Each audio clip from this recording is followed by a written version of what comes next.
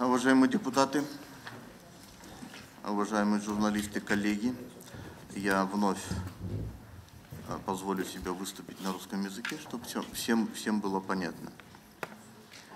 В силу ограниченности во времени в прошлый раз я был вынужден лишь схематично выразить те претензии, которые у меня имеются. Меньше всего я бы хотел выглядеть в роли некого контейнера скопления компроматов и при таком сборе людей и нещадно выливающих. Возникновение этой ситуации в большей степени связано не с тем, что я смещен с должности исполняющей обязанности генерального прокурора, отнюдь.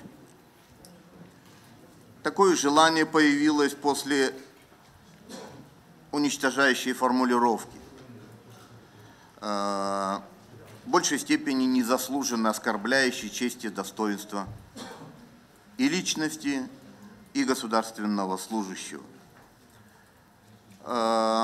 Во-первых, я задался целью, как же обстоит дело вообще с моралью в этом государстве.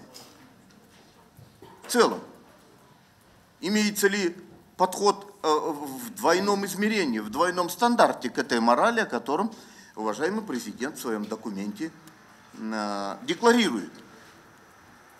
Это во-первых. И во-вторых, что же изменилось в этом государстве со дня нашей декларации о том, что мы изгнали злодея некоего и взялись строить новое государство? Насколько мы в этом преуспели? И насколько эти декларируемые ценности на деле притворяются в жизнь? Что касается предмета непосредственного спора, то об этом я достаточно полно и, мне так кажется, доходчиво, понятно изложил в предыдущей речи. Уж во всяком случае, надо было бы дождаться конца разбирательства. А вы уже все почти знаете, что в результате еще не оконченного расследования, исследования этого вопроса уже выясняется, что непосредственный подчиненный Бабанова Киникеев, надо понимать, что это Бабанов, Киникеев признается о том, что был факт вымогательства с менеджеров Альфа-Телеком. Больше того, менеджер Альфа-Телеком Чернявский, так его фамилия, по-моему, да? Чернявский Черников подтверждает о том, что был такой факт вымогательства. Правда, Киникеев оговаривается, оказывается, что для бюджета. И тут не подчеркивается, в какой бюджет? В свой бюджет, бюджет своей компании или бюджет страны. Учитывая то, что все эти встречи проходили в других местах, не в здании государственных учреждений, а в офисе Бабанова и в неких других местах, надо полагать, это вымогательство было в их бюджет, в собственный или бюджет компании. И вообще, кто уполномочил этого Киникеева вымогать у компании эти деньги? Так вот, что вот лишь один эпизод, как у кыргызов говорят, адалсыңнан молдон үйінен алтығамандың башы шығып тұр.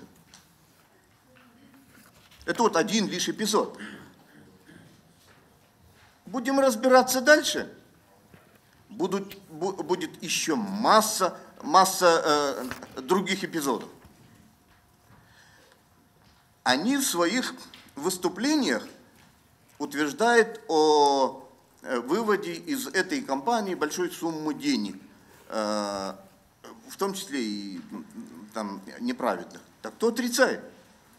Я с самого начала говорю, что вероятнее всего так и есть. Но это не было, с самого начала не было предметом рассмотрения Генеральной прокуратурой.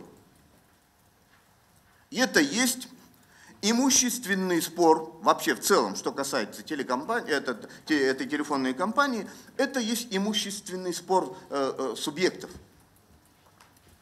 И с самого начала мы воздерживались от вторжения, распределения процентных споров и других, потому что это не являлось и не является предметом занимательства прокуратуры и других правоохранительных органов. Мы исследовали факт рейдерского захвата во главе с Алексеевым и предъявили обвинение 19 лицам и в октябре прошлого года передали дело в суд. И после этого ни в прокуратуре, ни в финансовой полиции никаких дел относительно этой компании не было. Дело было в суде. Больше того, всеми судами, начиная от первой инстанции до Верховного, еще в прошлом году, до моего появления в этих правоохранительных органах, было принято решение все имущество, все активы передать от Альфа Телеком Бимакому, то есть российским бизнесменам. Бимакомом владеют российские бизнесмены. Должны мы выполнять решение суда? Безусловно, должны выполнять. Там правильно, неправильно, правильно, неправильно, это второй вопрос, но решение суда есть. И только руководствуясь вот этими решениями судов, предыдущим руководством Генеральной прокуратуры и нами было принято решение согласиться с решением Временного правительства о распределении 49-51. 49 национализировано, 51 решениями судов передано Бимакому, а уж все остальные, ну, спорьте в суде и забирайте, если суд решит. И всякое вторжение, ураганное тем более, вторжение было неуместно и неправильно. Вот в этой ситуации формируется коалиция. И после тех 3 встреч, после уже установившегося факта вымогательства, и когда российский бизнес отказал им в этой вот подковерной выплате, состоялась ураганный налет со стороны финансовой полиции. Сейчас некие функционеры говорят о том, что все было законно, вмешательства руководства правительства не было. Вот. Это было по телефону. Бабанов даже у меня дома был, уговаривая дать возможность возбудить уголовное дело финансовой полиции. Я категорически отказал, только лишь на том основании, что по предположительным показателям уголовные дела не возбуждаются. Среди вас есть юристы, и вы прекрасно знаете. Последовал звонок Алмаз Шаршенча. Ну, премьер-министр звонит. Я уже об этом в своем предыдущем выступлении говорил. Дальше другое незаконное действие, и в результате мы вынуждены были остановить это беззаконие и попали вот в эту переделку. Мои менеджеры подбросили им туза козырного, который они давно искали.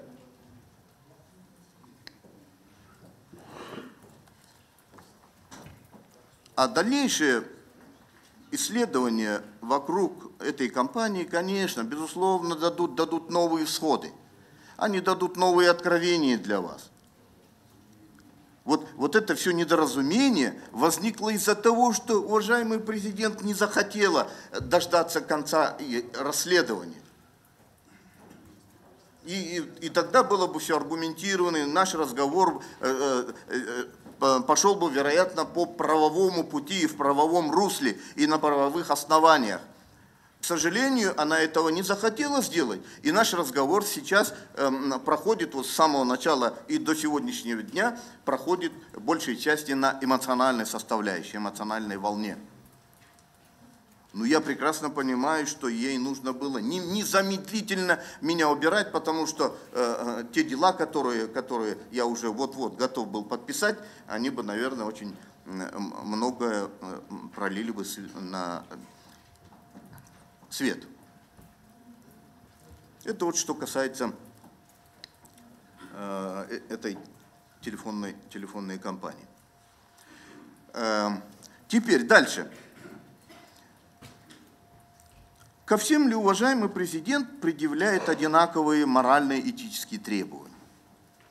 Что касается вот, денег, ячеек, я вам в прошлый раз говорил. У вас, вероятно, возник вопрос, а что же вы делали, прокуратура? Прокуратура возбудила уголовное дело, связанное именно с этими ячейками. И это вот громкое дело, все вы знаете, прокурорское дело городской прокуратуры. На основании именно этого уголовного дела, решением коллегии,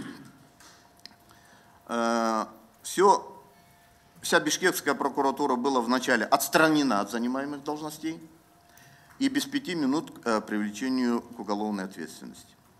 А 2 следователя по особо важным делам, которые занимались этим делом, были привлечены к уголовной ответственности, им было предъявлено обвинение. Сейчас это уголовное дело на стадии завершения. Так или еще не так? На стадии завершения. Так вот, это уголовное дело очень не понравилось нашему руководству, потому что оно с самого начала, вот, вскрытие ячеек, изъятие оттуда денег, в большей степени распределение этих денег было очень непрозрачно и очень с большими нарушениями. Я вчера папку, что касается денег, передал, там очень много интересного. Сейчас вот, к сожалению, я не взял, оказывается, а здесь у вас есть. Деньги выдавались, ну, кому попало. Помощник Каптагаева, помощник министра обороны, руководитель дружинников. Это вот примерно вот такая когорта. Финансисты скажут, что так распределять деньги нельзя. Значит, я забыл начать с того, что эти деньги-то вещественные доказательства по уголовному делу. А они за 7 печатями были сданы в Национальный банк.